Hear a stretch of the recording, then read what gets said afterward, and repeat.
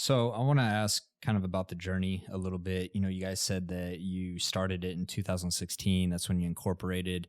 I think you went full time on it in 2016. 2017, January 2017. Okay. So when you guys decided to go full time, I mean, did you guys bootstrap this? Did you raise a seed round from angels? How did you go about that? We have a lot of listeners that always want to know, the meaty details of actually jumping from a job. You guys all had good jobs, jumping from the job to actually focus on it full time. Raise capital, bootstrap. How'd you go about actually attacking it? Were you client funded? Mm-hmm. Yeah. We raised, when we first started, we raised a small friends and family round, essentially. Okay. And that's what got us through, I guess, like the first year and a half or so. And then we raised a second friends and family round, both on like convertible notes. Cool. Until just the two. And then we got venture backed, right? Yeah. You just had the 3 rounds. Yeah, and we were in a unique place because, we're not like Transect isn't the type of company that you would roll out a college dorm room and start. It's kind of technical, and it's Steve Case has this book called The Third Wave, and it's like a technical industry that can really be helped with if you optimize it. And that's the book, what he talked about. So we actually had backgrounds. And so when you spend 10 to 14 years across a different career in Robin's industry, she had made a lot of money for people in their divisions. And in my industry, I had made good decisions and helped people make money as well. So even though we kind of grew up in a trailer, lower middle class, we had careers that spanned a decade. And so that gives you a lot of close relationships with people. And so our first investors were people that we had either already made money for or people that they're willing to take another risk on us because they knew us. And they're like, y'all have really good careers now.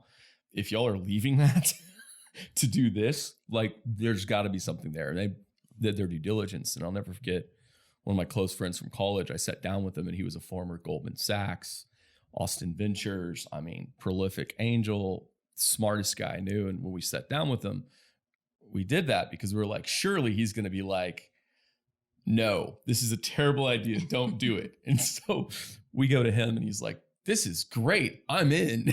We're like, dude, that's not what you were supposed to say. And he's like, no, seriously, I get pitched all the time. I'm like, I'll help y'all. And we're like, okay, one off, that's fine. Let's go talk to these other 4 people. Surely they're going to be like, so we hit up a person who owned a midstream company, who owned an environmental firm, somebody who had multiple successful from a technology standpoint, companies, venture capitalists, prolific angel. And we did that to kind of get them to tell us no. And every time we went after people that were supposed to tell us no, they started writing checks. Yeah. And so in that 2 months, not the way it's supposed to work. Yeah, it's not, because we're like, you're supposed to get a whole lot more no's than yeah, yeses. we're like, so we had about 8 conversations and 8 or 9 checks that came out of that from them introducing us. And we raised $750,000 in like 3 months.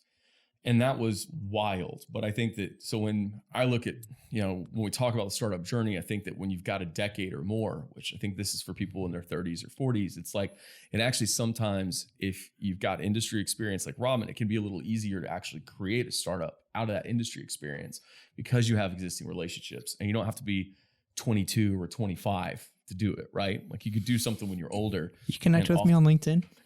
I wrote a post about this 2 days ago. Yeah, that did really well, and it said the same exact thing. Because one of the top messages that I get from people are wanting to leave their job at a major EMP, OFS, and I said the biggest thing people need to do is kind of change their mindset and have some patience.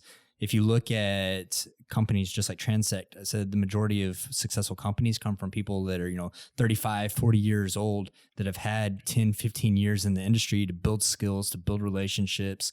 And you can launch companies on the back of that, like this whole Silicon Valley type mindset of, being Mark Zuckerberg coming out of, 20 years old, creating Facebook. Like, yeah, look, it's happened. It's really hard to have that experience and wisdom in a technical industry. Yeah. Right out of school, yeah. Mark Zuckerberg couldn't have made this platform when he was 20 years old. Right. He couldn't have done it. Right. And so I think that's a really important message that resonates with a lot of people, and they need to understand that is like, look, in your career, your career isn't the end of it, right? It's a step, and you use that to take skills that can carry over to make those relationships.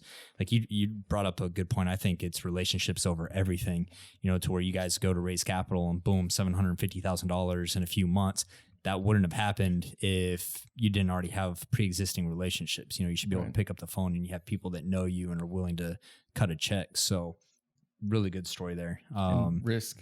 Yeah. It's like, I think that they saw it as like, we were taking a lot of risk, leaving really steady jobs to go do something. And they admired that.